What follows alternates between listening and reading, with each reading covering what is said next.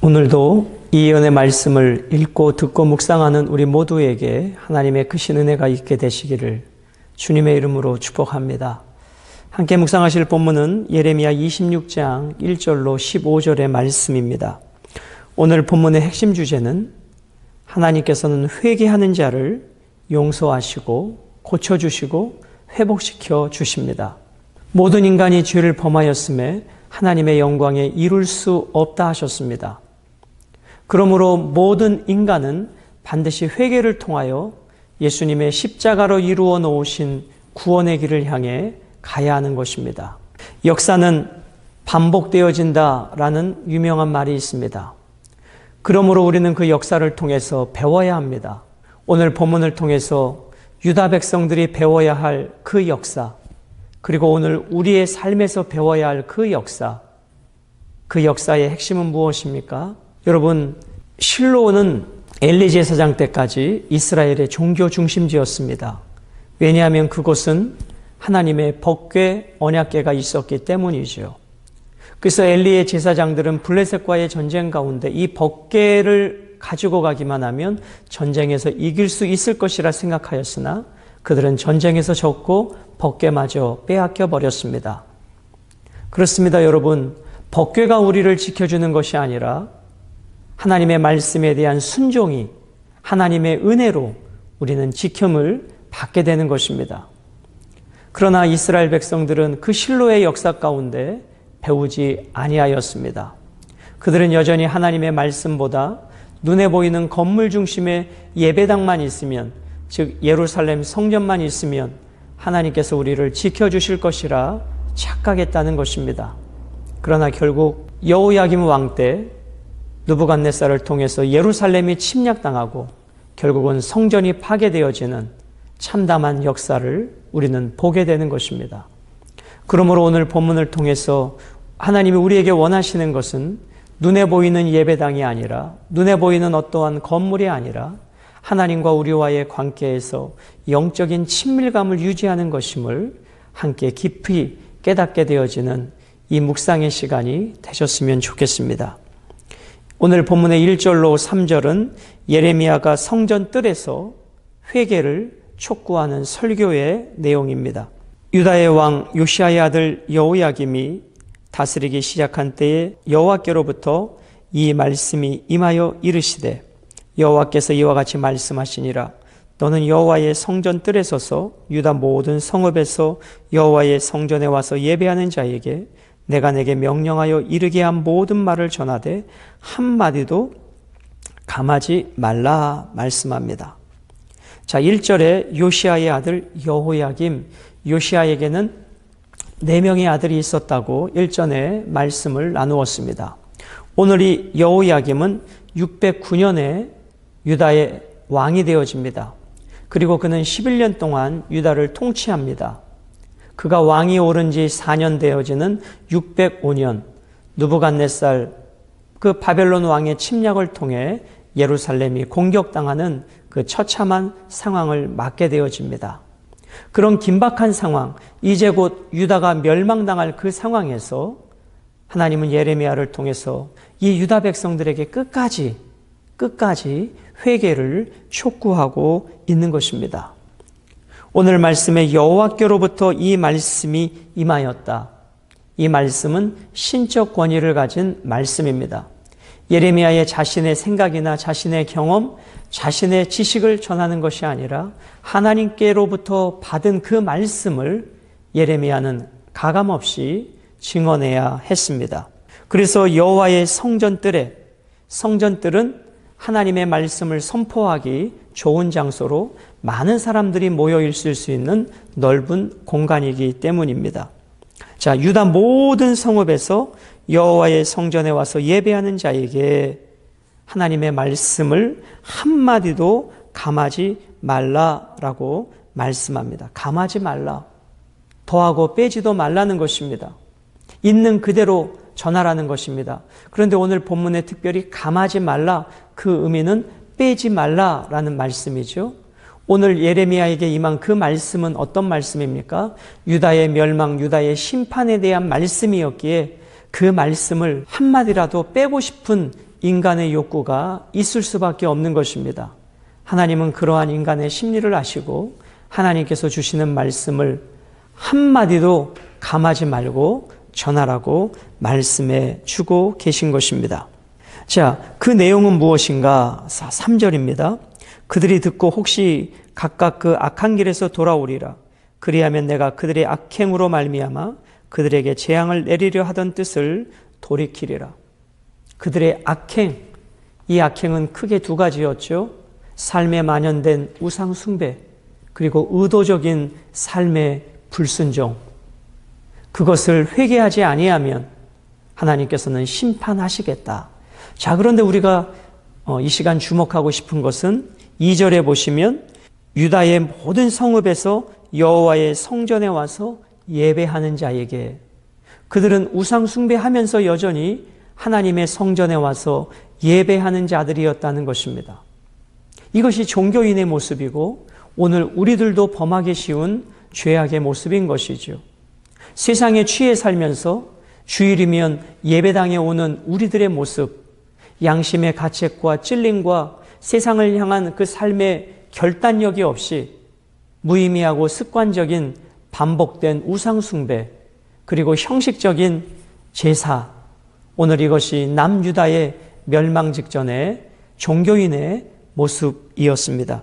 이렇게 하나님께서 회개하라고, 회개하면 하나님의 진노를 거두시겠다고 예레미야를 통해서 심판을 말씀을 전함과 동시에 회개와 용서를 말씀하시지만 4절부터 7절은 유다 백성들은 회개하지 아니하고 여전히 죄악된 삶을 살아가더라는 것입니다. 4절, 너는 그들에게 이와 같이 이르라.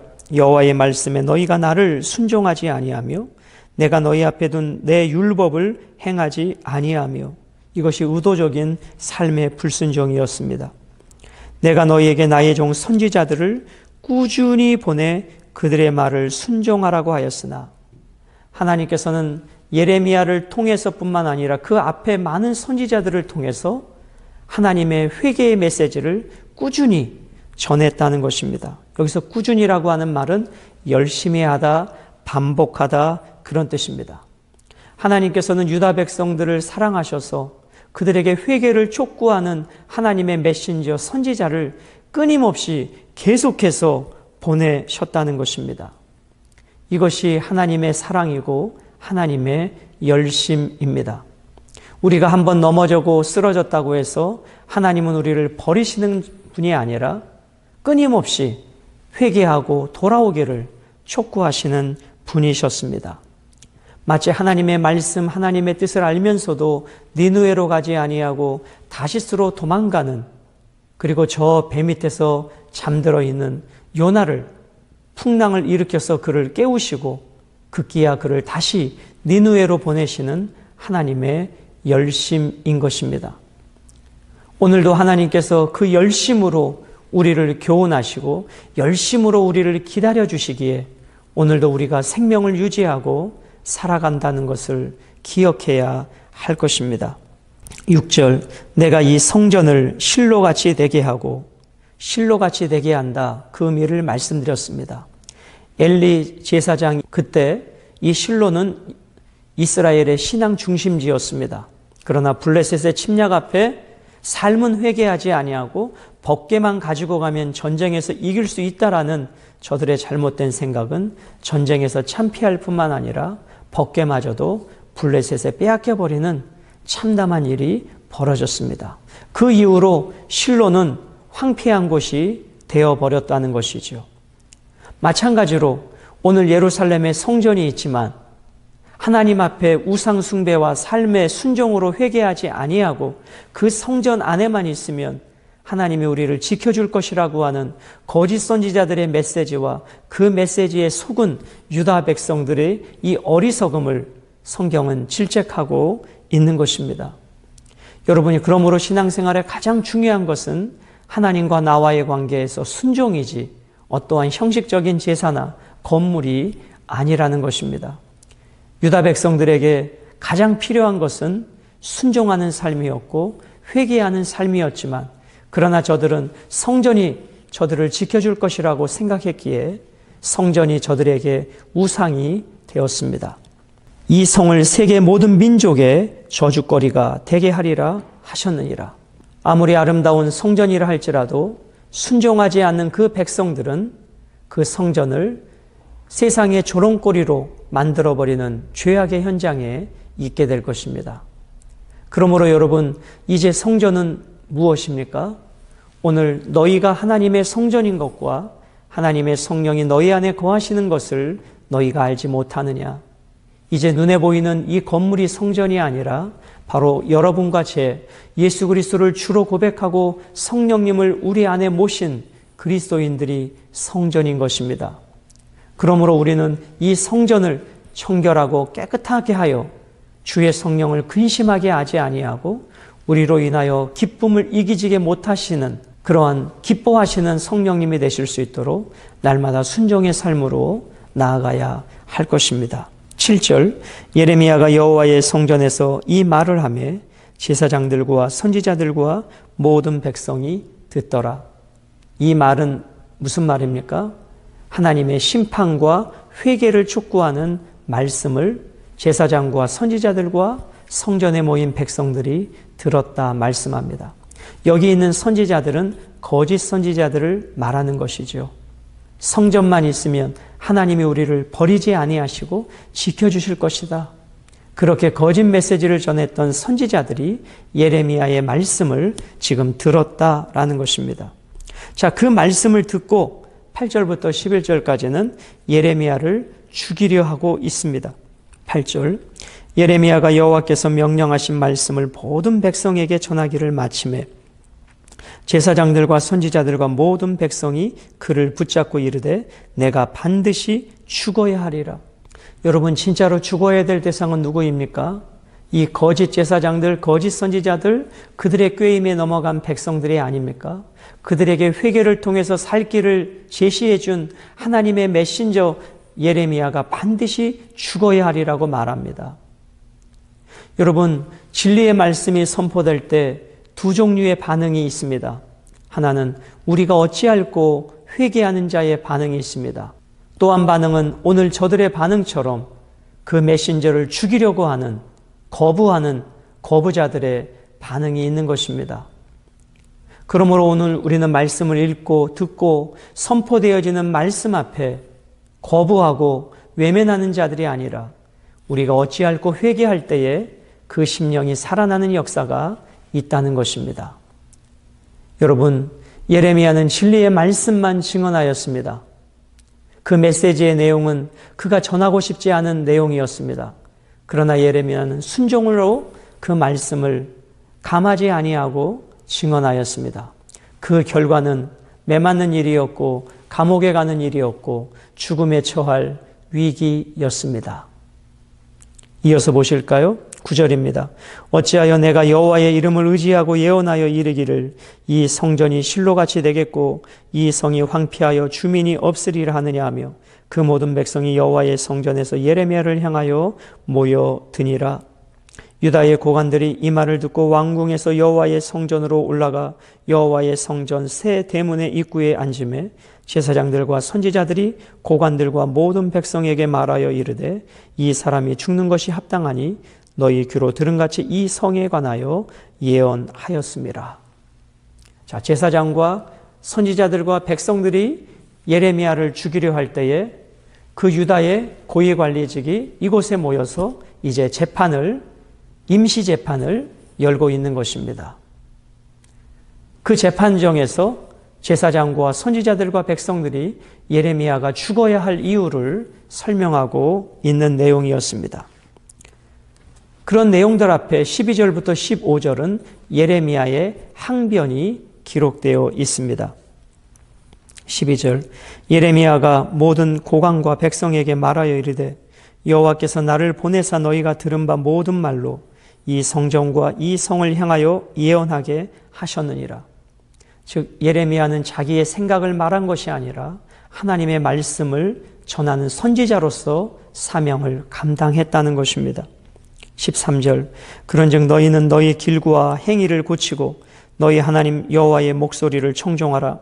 그리하면 여호와께서 너희에게 선언하신 재앙에 대하여 뜻을 돌이키시리라.